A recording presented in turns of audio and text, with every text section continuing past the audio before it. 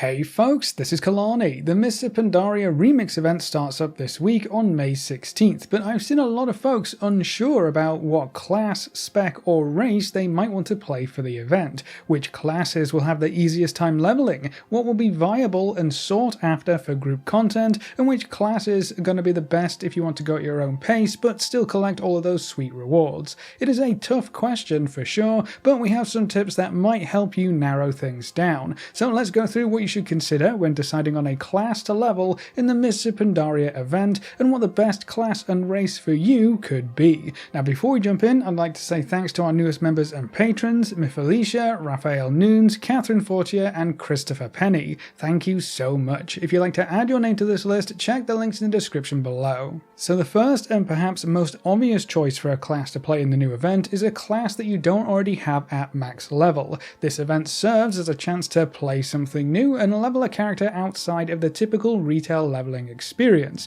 It's one of the highlights of the event. Level quickly, become super overpowered, and blast your way through everything the Mists of Pandaria expansion has to offer. It's just one more way to change up leveling and make it more interesting to play multiple characters. So pick something you don't already have at max level and treat this event like another fun leveling switcheroo. It's also super important to highlight the fact that we will be able to play any event characters after the event ends. When the Mists of Pandaria event has run its course, event characters will become retail characters ready to jump into the War Within expansion. So we don't lose them. It's not a completely separate game mode like Plunderstorm was. We get to carry these characters forward into the new expansion. Every character you make for the event will be playable in the War Within expansion, so pick something to level that you would also be interested in playing going forward. I think this event will also be the best chance to just learn something new. If you've never tried tanking or healing, or if you've never played melee or ranged,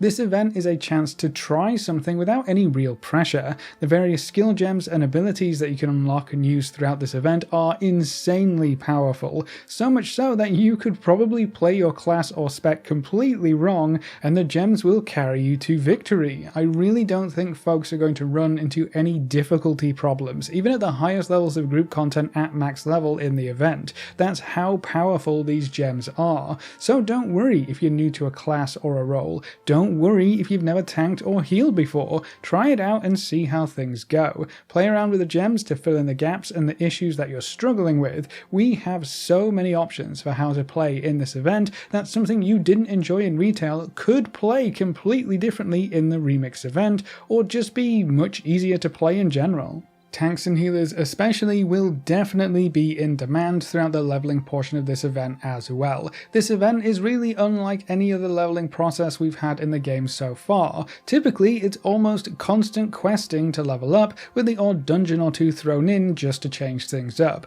That's not really the case for the Mists of Pandaria remix. Dungeons are available to queue into right away at level 10, so you don't even really have to do any questing. In fact, many people found it much easier and faster to just do dungeons to level up. With everyone questing through the same areas at the same time, a lot of quests took quite a long time to complete. These are also pretty old quests, which means they don't always work with massive hordes of players competing for resources all at once. So you can end up waiting for respawns of interactable items and objects, or just monsters in general, for a good chunk of your playtime, which isn't ideal and definitely isn't quick. So dungeon spamming was very popular when this event was being tested on the PTR, and then when the raid opens up at level 25, spamming LFR actually became the most efficient way to level for many folks. If you're relying on queuable content to get quick levels in, tanks and healers will always have faster queues, so playing one of those roles could help you level quite a bit faster to start your bronze farming early.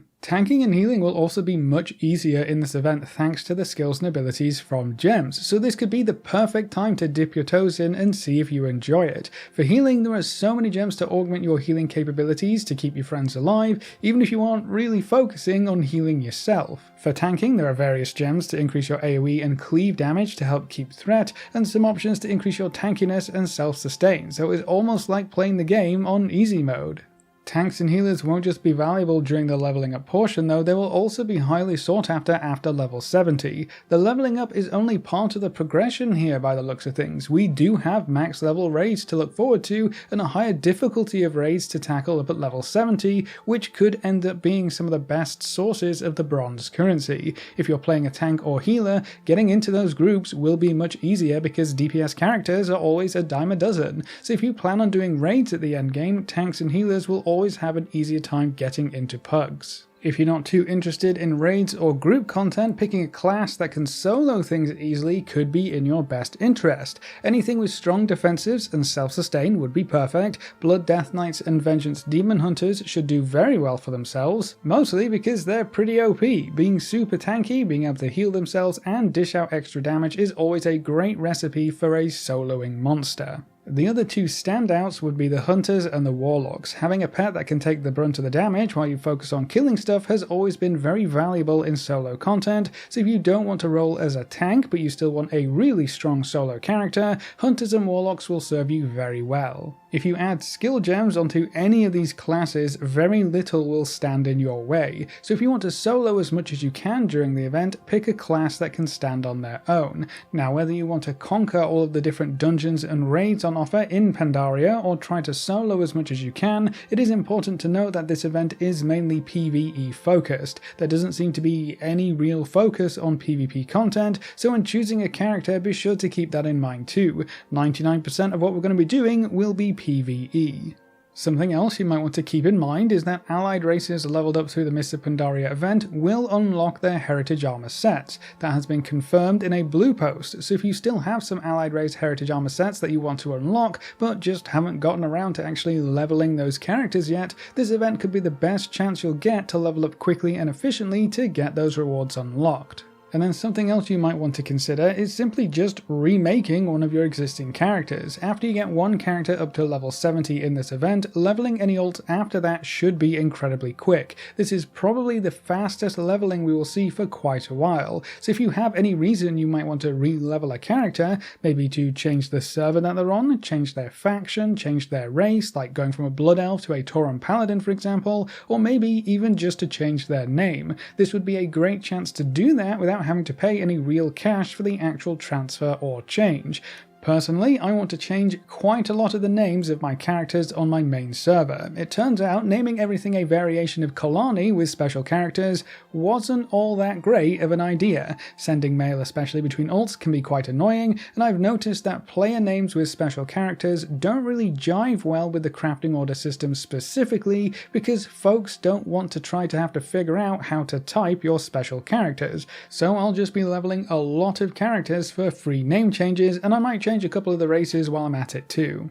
Think of this event as a chance to get your perfect alt army all set up, regardless of what you actually already have leveled up. I'll be replacing as many of my characters on Area 52 as I can. My hunter is probably the only exception for obvious reasons. I'm actually really excited to see how fast I can level on some of these characters and how much power I can unlock in the event cloak specifically. I am so happy that we're getting a completely different way to level this time around instead of just another simple bonus experience buff. Now, I know there are some folks out there who have everything at max level and might not want to level something just to have another alt, and that's totally understandable. In that case, I would still make a new character, but I would just play the class that you enjoy the most. Think about some of the options in this video, whether you want to change a name or a race or a server. Think about if you're missing any heritage armor sets, or if you'd rather tank or heal to get faster queues or easier groups, and then if you still don't really tick any of those boxes, just play whatever you enjoy the most. The Mists of Pandaria event is weird, it's wacky, and it offers a different experience.